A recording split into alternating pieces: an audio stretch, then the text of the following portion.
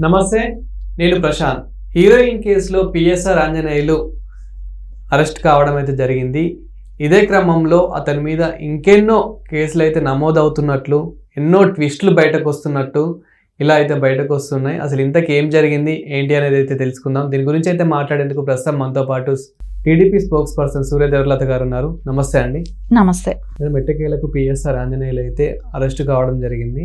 So అసలు ఎందుకు అని అరెస్ట్ అయ్యాడు, దీనికి మెయిన్ కారణం ఏంటి? ఇప్పుడు అతను అరెస్ట్ అయ్యాక ఎన్నో ఆరోపణలు బయటకైతే రావడం జరుగుతుంది. అతను గతంలో ఎన్నో చేశాడు, ఎన్నో అన్యాయాలు చేశాడు, అక్రమాలు చేశాడని చెప్పేసి ఇలాంటివి ఇప్పుడు బయటకు వస్తున్నాయి. సో ఇప్పుడు ఏ తరహాలో అతన్ని అరెస్ట్ చేయడం జరిగింది, అదేవిధంగా ఇప్పుడు కొన్ని ట్విస్టులు కూడా బయటకు వస్తున్నాయి కాబట్టి ఇంతకదేంటి? ఇప్పుడు ఆయన జత్వానీ విషయంకి వచ్చినప్పుడు ఖచ్చితంగా ఆయన ఒక ఐఏఎస్ ఆఫీసర్గా ఉండి, ఒక ఉన్నతమైన పొజిషన్లో ఉండి, అలాంటి వ్యక్తి ఒక మహిళతో ఆవిడని ఎక్కడి నుంచో అరెస్ట్ చేసి తీసుకొచ్చి, ఢిల్లీ నుంచి తీసుకొచ్చి ఇక్కడ అరెస్ట్ చేసి బంధించి వాళ్ళ తల్లిదండ్రులను కూడా తీసుకొచ్చి బ్లాక్మెయిల్ చేసి వ్యవస్థ అంతా ఒక మహిళ కోసం ఇంత పనిచేసిందా? అంటే ఆయన స్థాయి ఏంటి, ఆ అమ్మాయి స్థాయి ఏంటి? ఒక ఆర్టిస్టు అలాంటి అమ్మాయిని, ఒక అమ్మాయిని హింసించడానికి ఇంతమంది ఐపీఎస్లు అవసరమా? రానా గారు కానివ్వండి, వీళ్ళందరూ కూడా ఇంతమంది అవసరమా? అంటే ఎంతైనా ప్రభుత్వం, అంటే ఆ రోజున గవర్నమెంట్గా ఉన్న జగన్మోహన్ రెడ్డి గారి ప్రభుత్వంలో వాళ్ళు ఎవరు ఏం చెప్పినా అది మంచి చెడు అని కూడా ఆలోచించకుండా వీళ్ళు ఎవరు జీతాలు ఇస్తే ఇచ్చేస్తున్నారు? పే చేసేది ఎవరు? ప్రజల సొమ్ము. ప్రభుత్వం అంటే ఏంటి? ప్రజలది ప్రభుత్వం.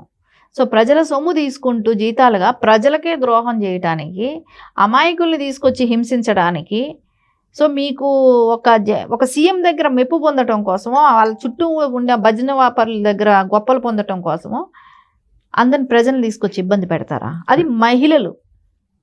ఆయన స్థాయికి మహిళల జోలికి వెళ్ళి ఈ రోజున ఆయన అరెస్ట్ అయ్యి జైలుకి వెళ్ళటం అనేది ఆయనకి అవమానకరంగా ఉందా లేదా అనేది ఆయనే ఆలోచించాలి. అసలు నిజంగా ఆయన సర్వీసులో ఉన్నప్పుడు సస్పెండ్ అవ్వటం ఇప్పుడు అంతే కదా.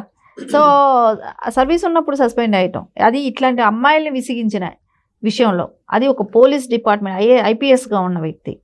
ఇది ఎవరు కూడా ఇట్లాంటి వ్యక్తులు కూడా డిపార్ట్మెంట్లో ఉంటారనేది ఊహించినట్టే ఉంది. ఊహించితే ఎవరు కూడా పోలీసులు అంటే భయపడేది ఎందుకేనేమో.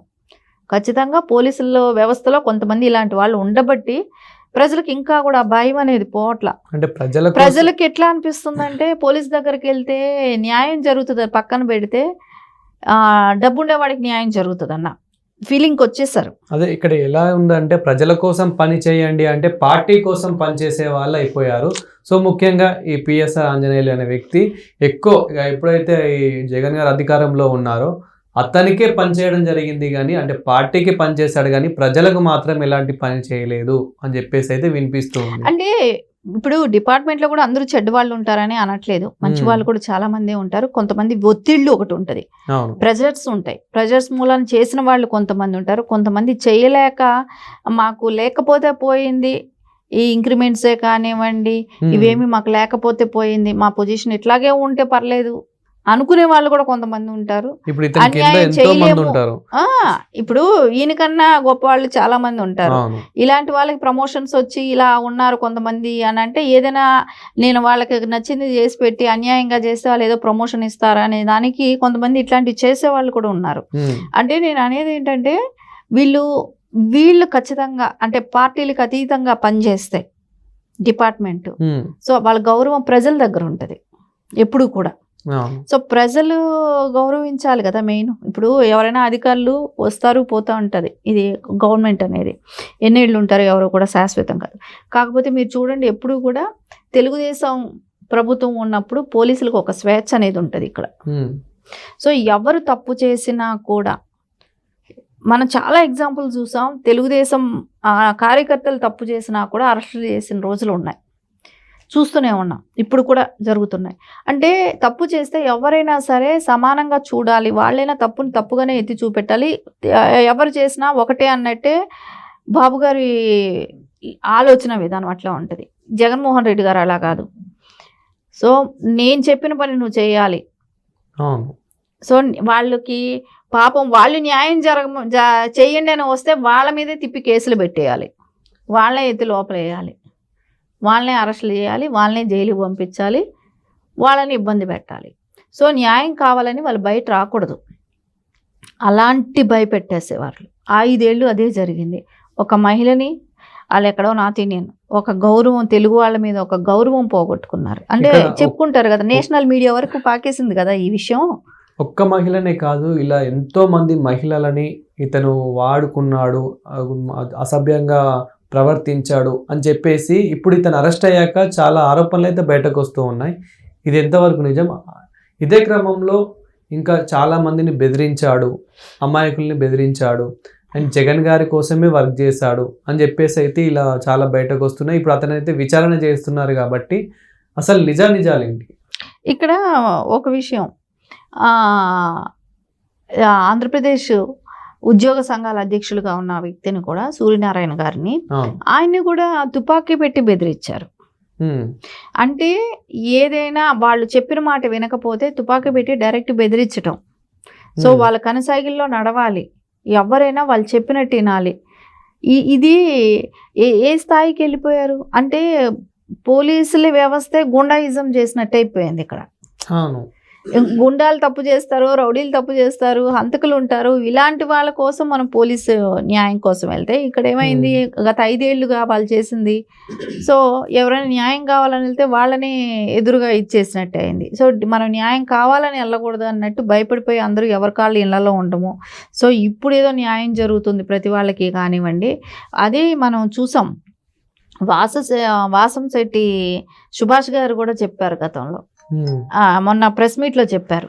ఆయన ఏమన్నారు, వైఎస్ఆర్ గవర్నమెంట్లో సో అక్కడున్న నాయకులే, కార్యకర్తలే, వాళ్ళకే న్యాయం జరిగేది కాదంట. అంటే ఆయన ఆ పార్టీలో ఉన్నాడు కాబట్టి ఆయనే చెప్తున్నాడు ఆ పార్టీ గురించి ఎలా ఉండేది అనేది. అంటే ఎవరైనా సరే వాళ్ళు కూడా కోరుకున్నారంటే ఎప్పుడెప్పుడు ఈ ప్రభుత్వం పోతుందా అని, ఈ అరాచకం తట్టుకోలేక వైసీపీ వాళ్ళే కోరుకున్నారని చెప్తున్నారు. అంటే ఎప్పుడు ఈ అధికారం పోవాలని వెయిట్ చేసిన వాళ్ళే వాళ్ళు. సో అందుకే ఆ రిజల్ట్స్ వచ్చాయని కూడా చెప్తున్నారు. ఇప్పుడు వాళ్ళే తట్టుకోలేకపోయారు ఈ అరాచకాలని చూసి. ఈ రోజున ఇలాంటి వాళ్ళు ఎవరైతే ఈ డిపార్ట్మెంట్కి సంబంధించిన వాళ్ళందరూ, ఆంజనేయులు గారు కావచ్చు, ఇట్లాంటి వాళ్ళందరూ ఇప్పుడు జైలుకి వెళ్ళాలి, వాళ్ళు కూడా కేసులు పెడుతున్నారు. గతంలో వాళ్ళు ఏవైతే ఫేస్ చేశారో వాళ్ళ ప్రాబ్లమ్స్ అవన్నీ కూడా ఇప్పుడు కేసులుగా వస్తున్నాయి. ఇప్పుడు 2 కేసులు అయిపోయినాయి ఇప్పటికే. సో జత్వాని కేసు ఒకటి, సూర్యనారాయణ గారి కేసు ఒకటి, ఇంకా ఎంతమంది బయట వస్తారో చూడాలి. ఎందుకంటే అరాచకం చేసిన వాళ్ళకి తప్పదు, ఎప్పటికైనా నిజం అనేది బయట వస్తుంది. సో నేను తప్పు చేయలేదు అనటానికి లేదు. అది ఆవిడది 6 నెలలుగా ఆవిడ ఫైట్ చేస్తూనే ఉన్నారు. అయిపోయిందిగా, ఎప్పుడు ప్రమాణ స్వీకారం చేసిన దగ్గర నుంచి స్టార్ట్ అయింది. అయినా ఇన్ని రోజులు ఎంక్వైరీ జరిగింది. హైదరాబాద్ నుంచి ఇప్పుడు తీసుకెళ్లారు, సో విజయవాడకి తీసుకెళ్లారు, ఆయన్ని అరెస్ట్ చేసి మొత్తం నిజ నిర్ధారణ అయితే జరుగుతుంది. ఆ జత్వాని కేసు మొత్తం అయితే ఇప్పుడు ఎంక్వైరీ స్టార్ట్ అయిపోయినట్టే. Thank you. నమస్తే.